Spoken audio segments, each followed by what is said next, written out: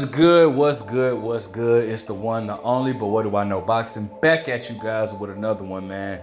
And I'm here to propose a question to my family. I call my subscribers my families, or we're family. So I'm here to ask you guys a question. Do you think Chris Eubanks is well, he admitted that he's underestimated. He stated in the face-off. I just got done watching the face-off. And he admitted it that he's underestimating Conor Benn. But do you think that he is really underestimating him? Or do you think that he's playing mind games with this kid? I don't want to say kid, I'm sorry, with Conor Benn. So because I definitely fully respect Conor Benn, so I don't mean to say kid.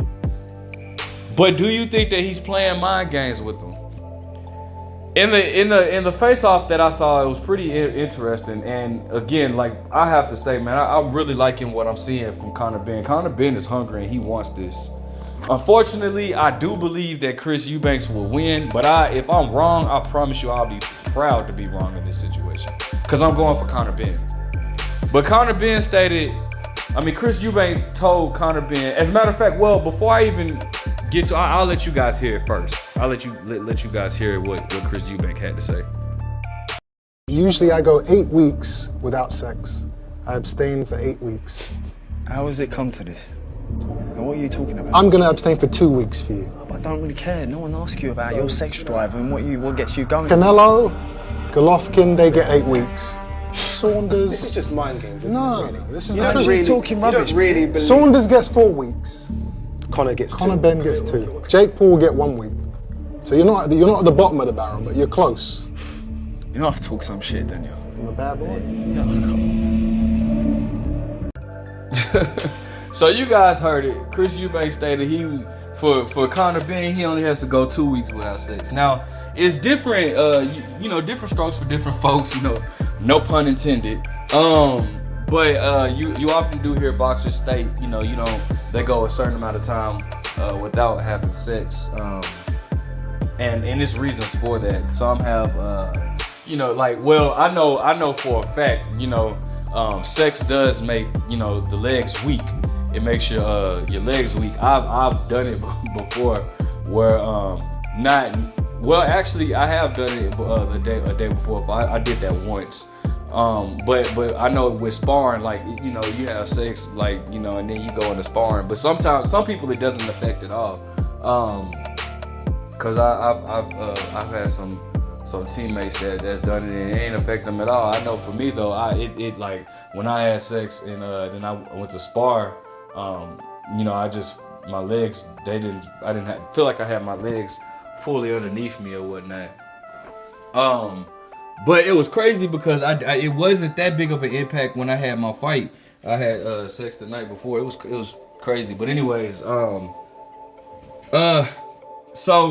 but with going without sex, it builds your testosterone. Supposedly makes you stronger or whatnot. And a lot of fighters, they'll go, a full camp without having sex. And as you heard, Chris Eubanks Jr. stated that. For Canelo and Triple G, he would take a full 8 weeks, without sex. And for Billy Joe Saunders, he would go 4 weeks, which is crazy to me because Billy Joe Saunders actually beat Chris Eubanks. Close fight, but he has a victory over Chris Eubanks. So, and then for Conor, he stated he would go 2 weeks with no sex, and for Jake Paul to be 1. So it's clear as day that to me, I feel like he's playing mind games. I feel like he wants Conor to feel like he's not taking him serious. But I feel like he's playing mind games or whatnot. It's actually funny. Today, his father actually came out with a statement saying that he was going to take Chris Eubanks off for the fight because he doesn't like the fact that he's killing himself to make weight or whatnot. But here's the only problem with that, Mr. Eubanks Sr. Your son was just a few weeks ago, like on TV. Did an interview with Colton Kessler or whatnot from IFL TV, and eating like a 16-piece bucket of chicken from KFC. So it's like, nah, bro, you can't sit here. And I wouldn't go for that. If Chris Eubanks Sr. is really trying to do that I wouldn't go for that. I'm not gonna fall for that excuse because bro, your son was just eating a whole bucket of chicken. You know what I'm saying? Like fried chicken during the interview. Like, so now you wouldn't be able to get away with that. Not with me. But however, it is funny to see the antics that Chris Eubanks Jr. is pulling on Conor Benn. Again, I'm loving what I'm seeing from Conor Benn because Conor Benn he seems to be focused, keen, locked in on this fight. He doesn't care about the weight. He even feels like he can knock Chris Eubanks out. Conor Benn, now the only thing about that is Conor Benn is not proven at 147. That's the only thing I don't like about this fight. And that's the only thing I agree with Chris Eubanks Sr. about. Because Chris Eubanks Sr. was saying let him get some bigger wins at 147 before making this fight, and I agree because even though I agree for different reasons, Chris Eubanks Sr. is saying that because he's basically like, bro, the fight can be bigger than what it is. I'm saying it because, bro, we don't know how good Conor Benn is. All right, now Chris Eubanks is not at the top of the chart for middleweights. I mean, to be 100, if I'm being all the way honest. I agree with Conor Benn. What Conor Benn says, like, bro, he's like the most unproven. Cause I think who is his biggest victory? Who is his biggest win? I mean, I can't even think off the top. I know he lost to George Grove. He lost to Billy Joe Saunders. I don't know who is his biggest win. Maybe like an old Arthur Abraham. I can't say that. It got to be somebody more relevant than Arthur Abraham. But I can't think. I can't think of a top guy that Chris Eubanks has beaten. I mean, he beat Matt Korobov. Matt Korobov is at the time was very underrated, very good, solid fighter. But I thought Matt Korobov was beating Chris Eubanks.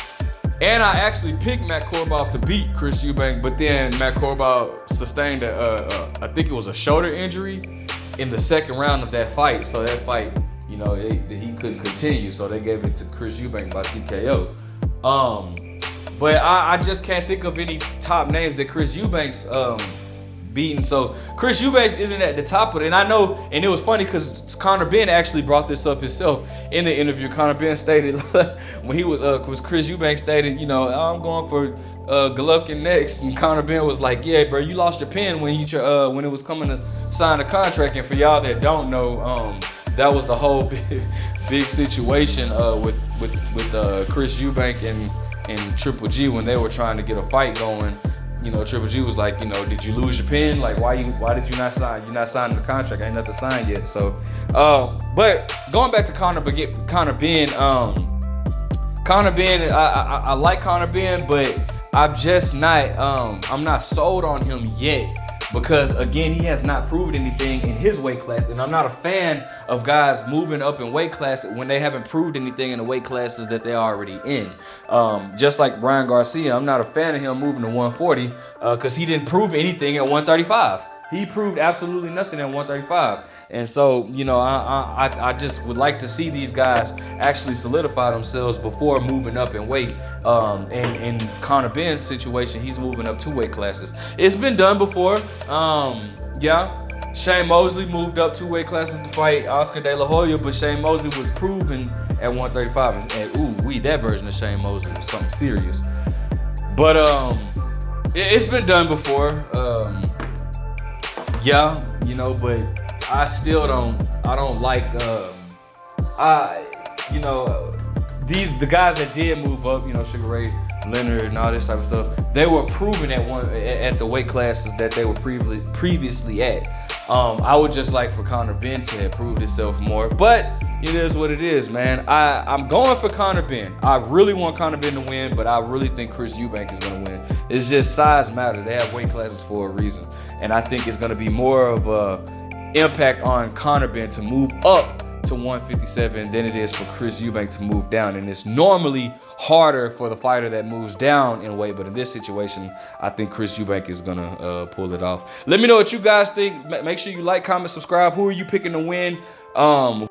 What fighter do you like? Who are you picking? But what do I know?